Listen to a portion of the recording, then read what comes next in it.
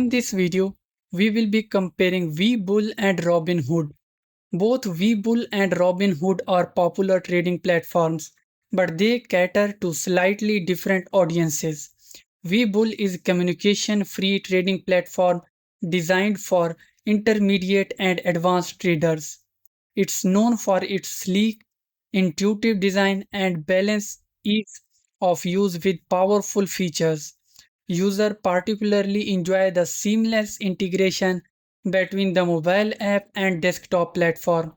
However, one drawback is that Webull doesn't support mutual funds or bond trading.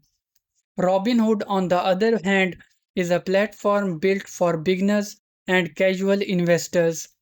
It is praised for its simplicity and accessibility, offering commission-free trading for stocks, ETFs, options, and cryptocurrencies, making it very cost-effective. It is user-friendly app, makes investing on the go easy, but the downside is that it lacks advanced research tools and educational resources for in-depth investing. So in my opinion, Webull is best for advanced traders who want more tools and flexibility. Don't forget to check out the links in the description if you would like to sign up for either one.